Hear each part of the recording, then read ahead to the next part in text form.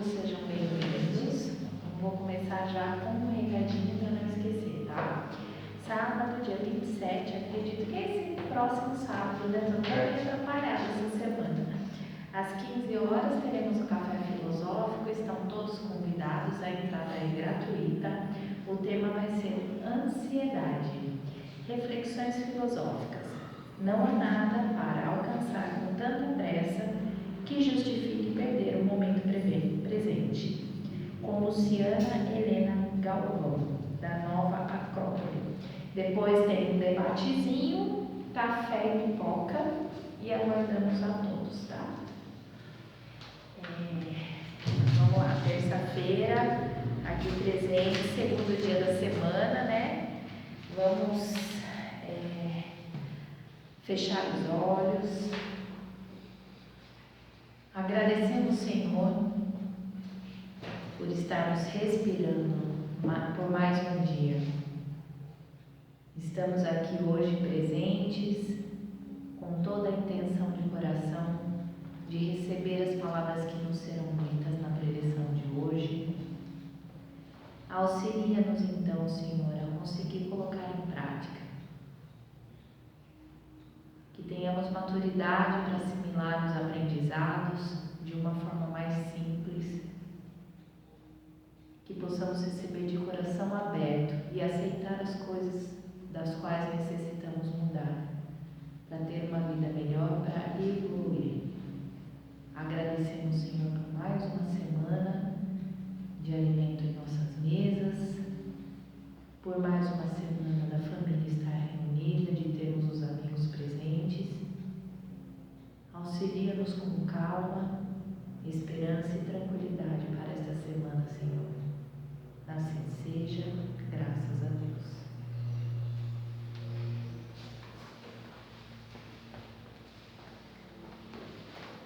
Boa noite novamente. Tudo bem com vocês? Tudo bom? Então tá jóia. Bom, recados dados, né? Emoções ofertadas, vamos lá. Hoje nós vamos falar um pouquinho de família e espiritualidade.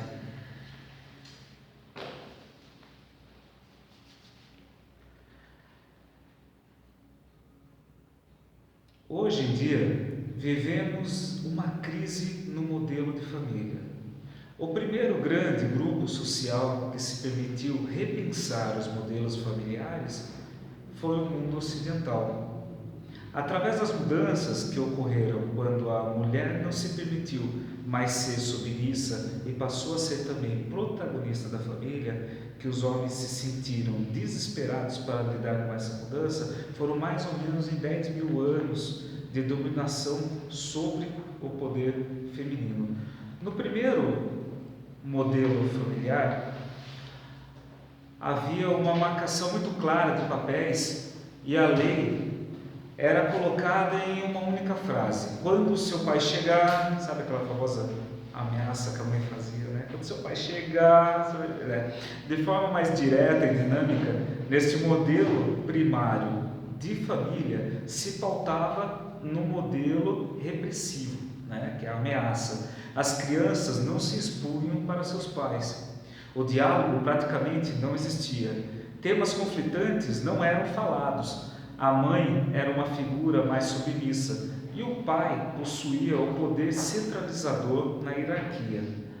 O segundo modelo, que se construiu a partir deste primeiro, possui como dinâmica central o modelo permissivo. A criança passa a ser o poder centralizador e hierárquico da família. Tudo gira em torno dela, para ela, por ela. O que o filho quer comer, quer fazer, quer achar, passa a ditar as ações familiares. A mulher se desvinculou do papel de subalterna do homem. Este passou a ter uma dificuldade na definição de uma função e ambos, pai e mãe, deslocam para um relacionamento com o filho uma postura mais submissa, ideia do filho salvar o casamento. Então isso é uma coisa que a gente já viu bastante acontecer, né? Então vem lá do primeiro, o principal, que era onde a mãe era mais submissa, o pai era mais representativo nesse ponto, né? E você trabalhava pela ameaça, né? Pela imposição. O segundo a gente já muda um pouco, onde os pais acabam fazendo o que o filho quer, né? Atualmente estamos vivendo um modelo de profunda crise familiar. Muitos dos filhos do modelo secundário cresceram e se encontraram angustiados em relação ao viver a vida, porque muitas vezes essas pessoas não foram treinadas para a vida, porque a vida foi feita para ela. Então, o que nós estamos falando aqui, né? Exatamente este conflito. A criança precisa de um norte, a criança precisa de uma orientação. E nesse modelo de igualdade, isso se perde e cresce aí um adulto, né, problemático. É muito comum encontrarmos pessoas que saíram de lugares muito pobres, com imensas dificuldades e que venceram na vida. Ou seja, com muito esforço e dificuldade conseguiram estudar, batalham na vida e alcançam uma boa profissão e até mesmo um patamar financeiro que proporciona segurança e tranquilidade.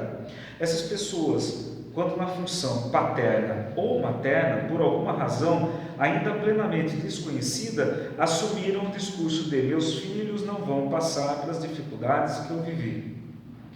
Claro que não estamos falando aqui que devemos infligir ausências nas vidas das crianças, porém, o que faz o ser humano amadurecer e fortalecer são os aprendizados nos enfrentamentos da vida. Aprender a enfrentar, superar e permanecer em pé, apesar de machucado. Diante das frustrações, diante das agressões que a vida nos apresenta diariamente, aprender a não sucumbir diante da vida, aprender a não se desmotivar diante das diversidades, aprender a persistir em sua própria transformação. Neste segundo modelo de família, criou-se a distorção de um princípio fundamental para o ser humano. Banalizaram e desconsideraram o conceito de comprometimento. O filho deixou de ser parte da família e passou a ser o centro da família. E neste centro, o filho não precisa se comprometer com nada. Todos se comprometem por ele. Me recordo de um seminário voltado para a evangelização e juventude, onde conversávamos sobre a necessidade de compreender o sequenciamento do desenvolvimento do ser humano.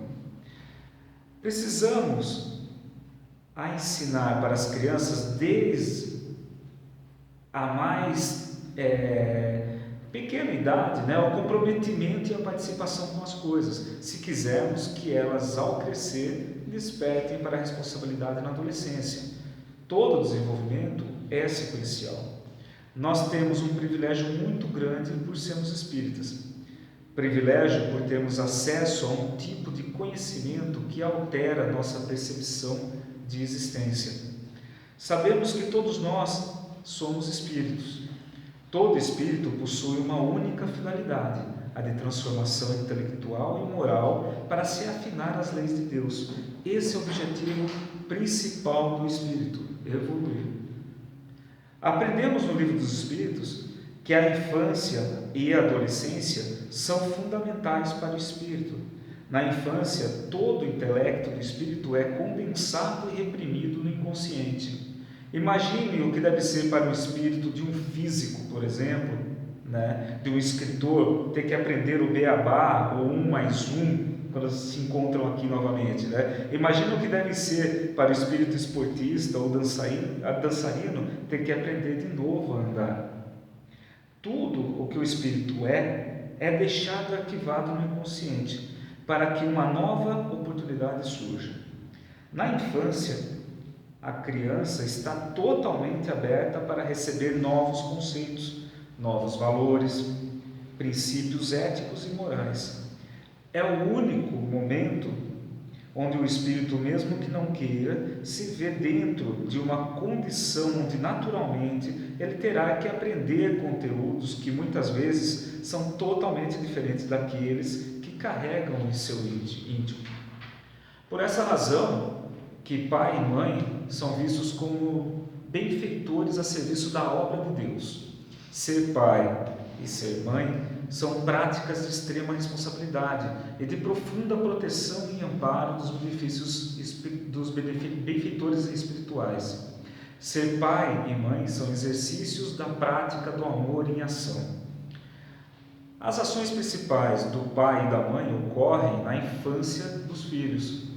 É nesta fase que o espírito encarnado em corpo infantil se encontra suscetível ao novo que será transmitido pelos seus pais. No Evangelho encontramos que é a função dos pais o trabalhar as más tendências e más inclinações dos filhos desde pequenos.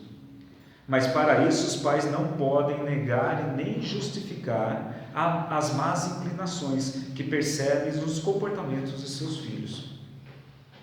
Na adolescência, o espírito começa a resgatar traços, tendências e características do ser imortal que é. E quando o antigo, o velho ser, começa a vir à tona, esbarra com os novos conceitos aprendidos nessa experiência de vidas atrás dos ensinamentos amorosos dos pais. Esta é a primeira grande crise do ser encarnado, o antigo versus e o novo. No adulto jovem, essa junção de antigo com novo se estrutura, e a partir de então o espírito começa verdadeiramente sua nova encarnação. Ele já não é mais o que era na totalidade, porque o novo recebido, principalmente pelos seus pais, o transformou, e agora cabe a ele a luta árdua de autoeducação, de autotransformação.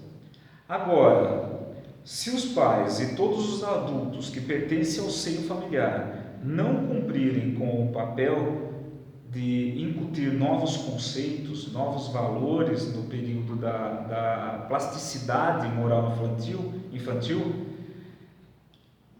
que o confronto o espírito poderá fazer em si mesmo quando as antigas tendências surgirem lá na pré-adolescência, a coisa não fecha, entende? Então, assim, é um novo desafio, né? Se criar da criança, né? Porque você traz aí velhos conceitos, novos conceitos que estão sendo aprendidos, e para isso você tem que ter a colaboração de todos ali da família para poder criar toda essa estrutura da pré-adolescência. Então, se formos pensar no atual modelo de família, vamos perceber que estamos diante de uma crise. Crise, neste caso, que tem o sentido de apresentar uma forma de viver a realidade que não está sendo satisfatória. Não podemos imaginar que nem o primeiro modelo de família, o da repressão, e nem o segundo, o da permissividade, possam auxiliar o espírito encarnado na próspera de evolução. Cabe nossa atenção e percepção para o significado das funções de pai e mãe, para o significado e conceito de família que possa ser verdadeiramente efetivo dentro das necessidades que temos dentro de uma sociedade e de mundo. É como se esta crise global se chamasse para um despertar de valores e princípios éticos que nos transforme como seres humanos imortais para nós espíritas. Os adultos precisam estar atentos às mudanças necessárias nos próprios conceitos internos. Afinal, os pais são co-criadores nesse processo todo.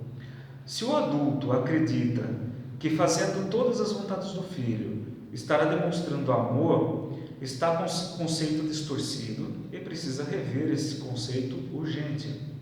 Um exemplo deste modelo permissivo se encontra na ideia de que a criança e o adolescente possuem condições para determinar e fazer todas as suas escolhas. Essa atitude é como se fosse uma negativa inconsciente dos pais em relação ao fato de que o filho ainda não é um adulto. Não adianta querer antecipar as coisas. Crianças e adolescentes não são seres prontos, são seres em formação. Para se ter noção, o ser humano é uma espécie que mais demora para terminar seu desenvolvimento físico. Toda a circuitaria cerebral se desenvolve da região posterior para anterior.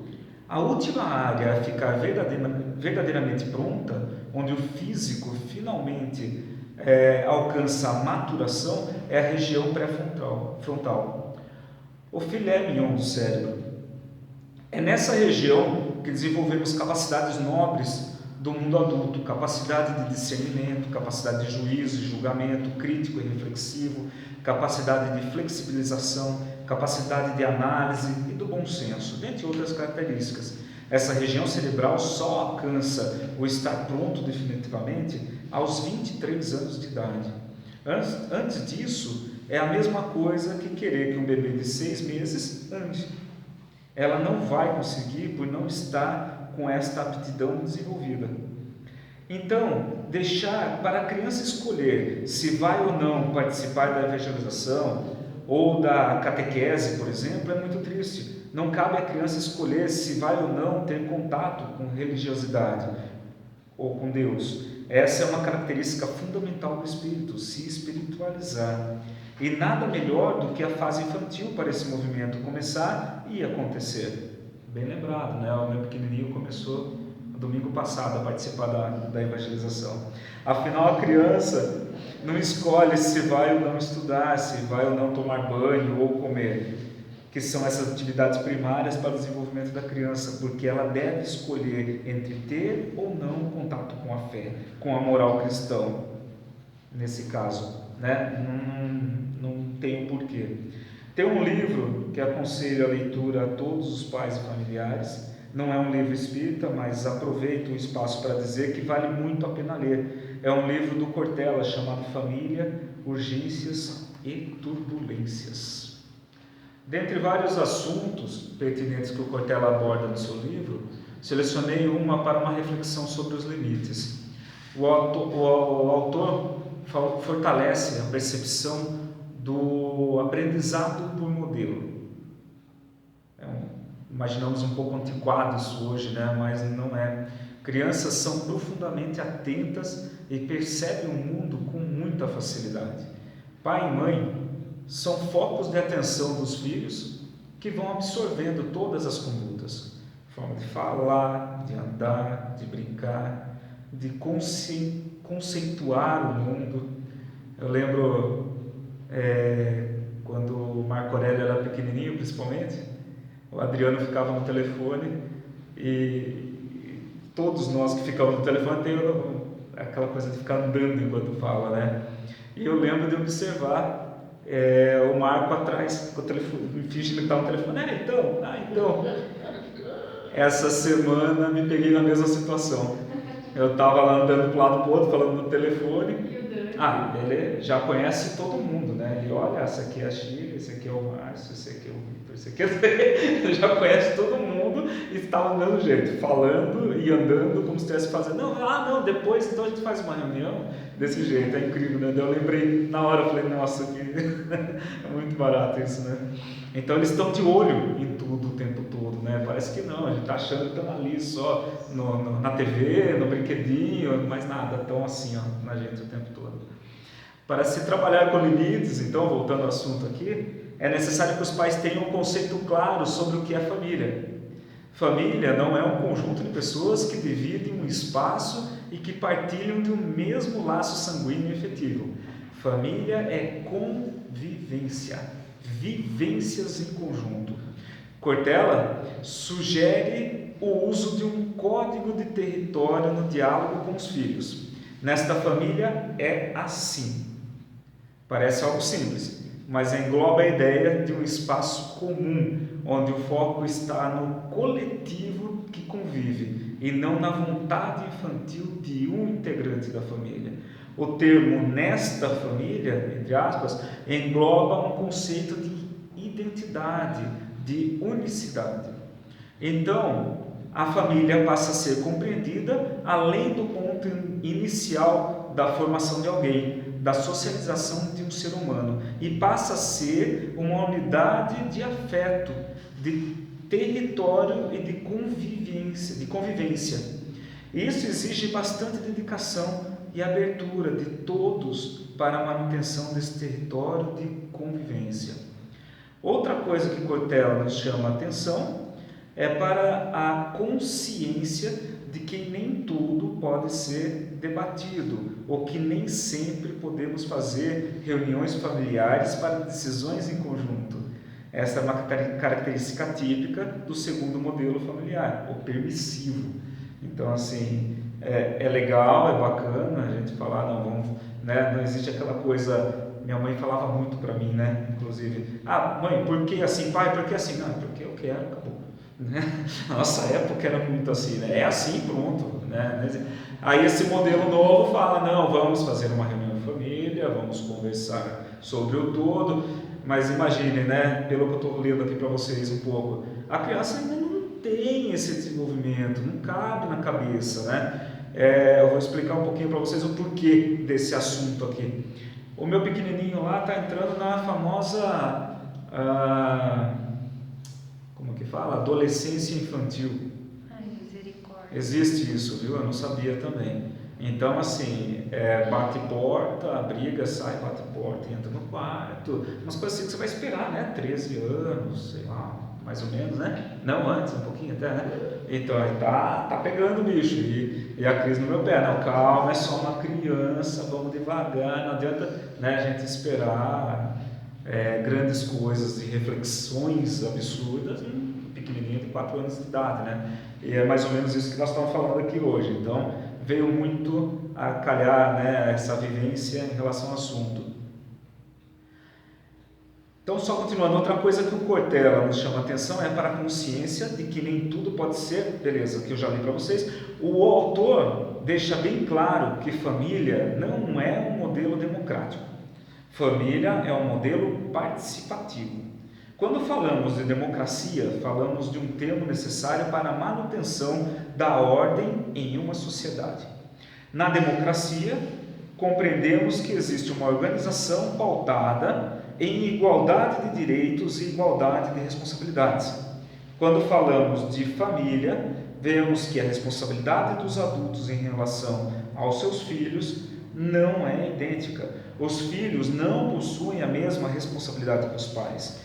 O mesmo acontece para os direitos como pai ou mãe. Se pode respeitar a existência dos filhos e dialogar. Porém, não se deve esquecer que no caso familiar, pai e mãe são figuras de autoridade e não figuras igualitárias, no sentido de nivelamento em relação aos filhos. Adão Nonato sempre deixa claro em suas palestras a sequência que nunca deve ser invertida. Primeiro Deus, segundo pai e mãe, terceiro filhos.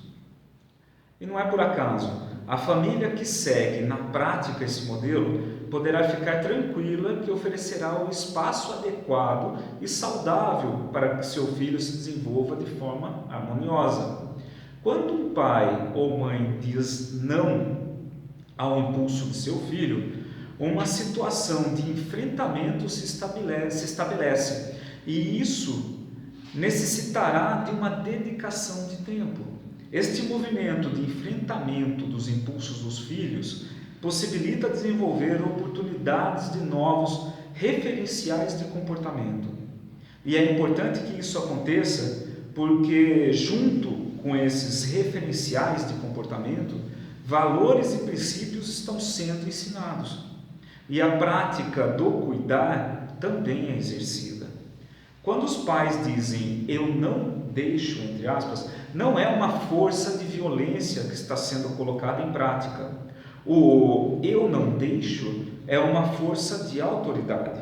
E conforme Cortella, se houver um afrouxamento da força de autoridade, os pais estão sendo irresponsáveis e falhando na ação espiritual de co-criadores. Lembrando que autoridade não é autoritarismo. Autoritarismo é a ação onde existe brutalidade e opressão. Já a autoridade que limita está exercendo seu papel de educador, que exige um nível de interdição, de disciplinamento, e que sim vai causar entristecimento. Qualquer ser humano que se vê frustrado diante do impulso irá ficar entristecido. Por essa razão, falei da necessidade de aprender a lidar com as frustrações, como um critério de manutenção da saúde mental. Indivíduos que não querem desenvolver depressões ou transtornos de ansiedade precisam aprender a lidar com frustrações. Eu estou falando igual minha esposa, né? Poxa, ó, não é dela, tá? São 20 e poucos anos de convivência. Não vivemos em um mundo de prazer e de alegrias. Não vivemos em um mundo onde podemos saciar nossas vontades conforme o nosso bel prazer. Ou como eu costumo dizer para todo mundo, o mundo não perdoa, não tem jeito. Não encarnamos para nos divertir como crianças espirituais sem freios. E a vida não é uma festa contínua.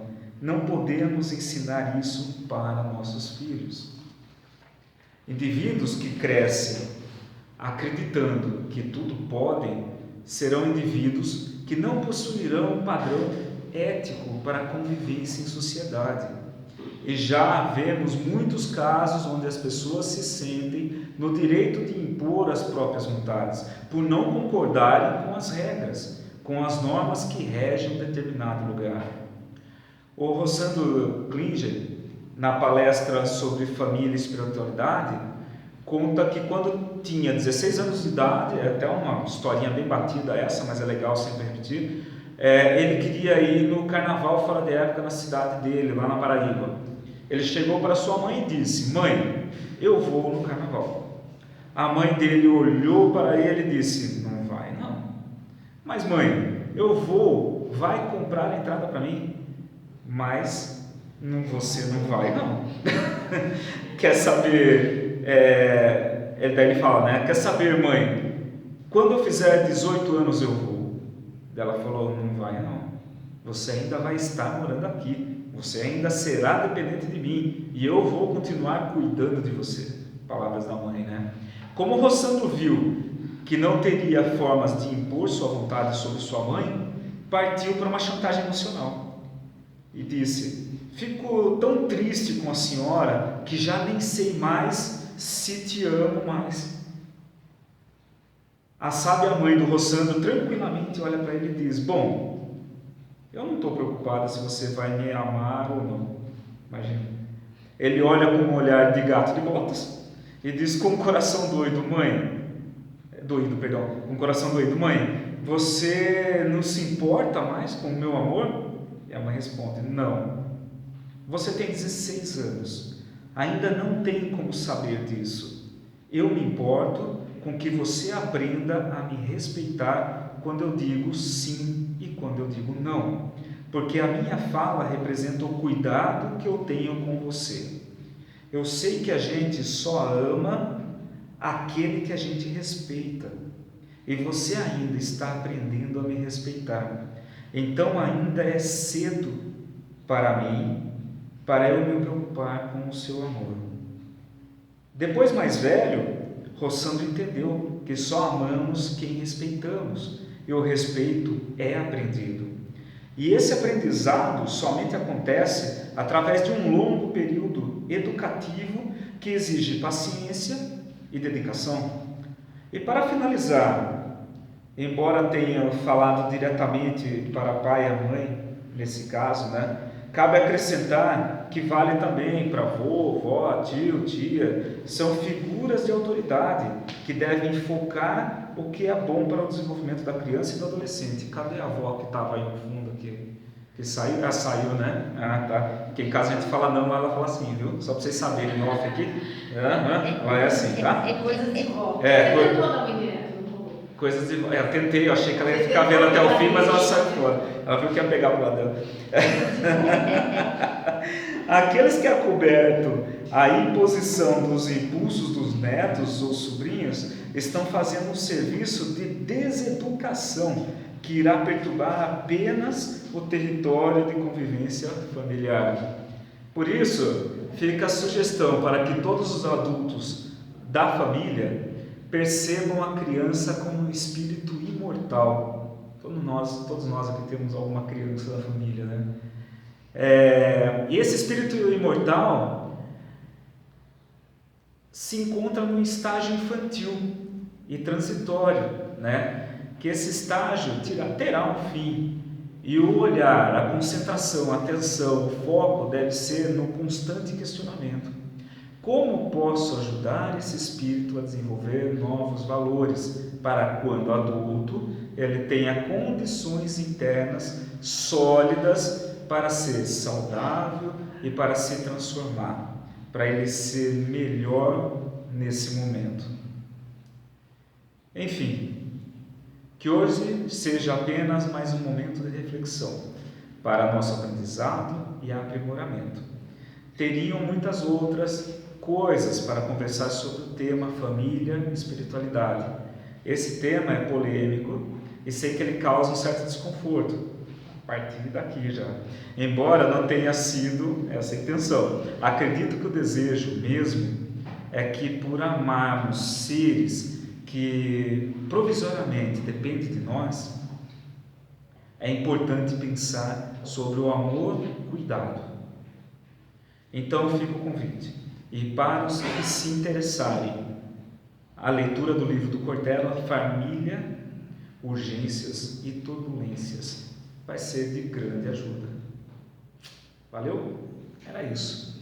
Então, um pouquinho aí sobre como é complicado, né? Porque temos sempre esse questionamento, né? Como conduzir esses baixinhos, como conseguir adultos mais saudáveis, né? E nós estamos vendo aí a sociedade adoecendo cada vez mais por um simples não prestar atenção no próximo, né? Nós estamos falando aí de estar olhando o próximo um pouco, sair daqui, né? Vamos olhar aqui, tá bom? Valeu, pessoal. Obrigado, viu? E para, então, fechar a noite, né?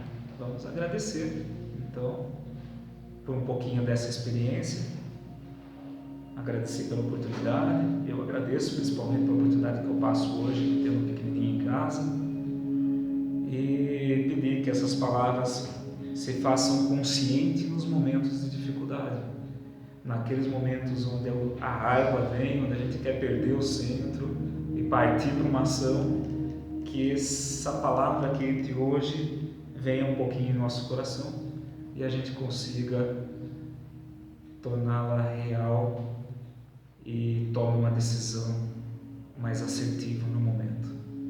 Muito obrigado pela semana, muito obrigado a todos. Boa noite.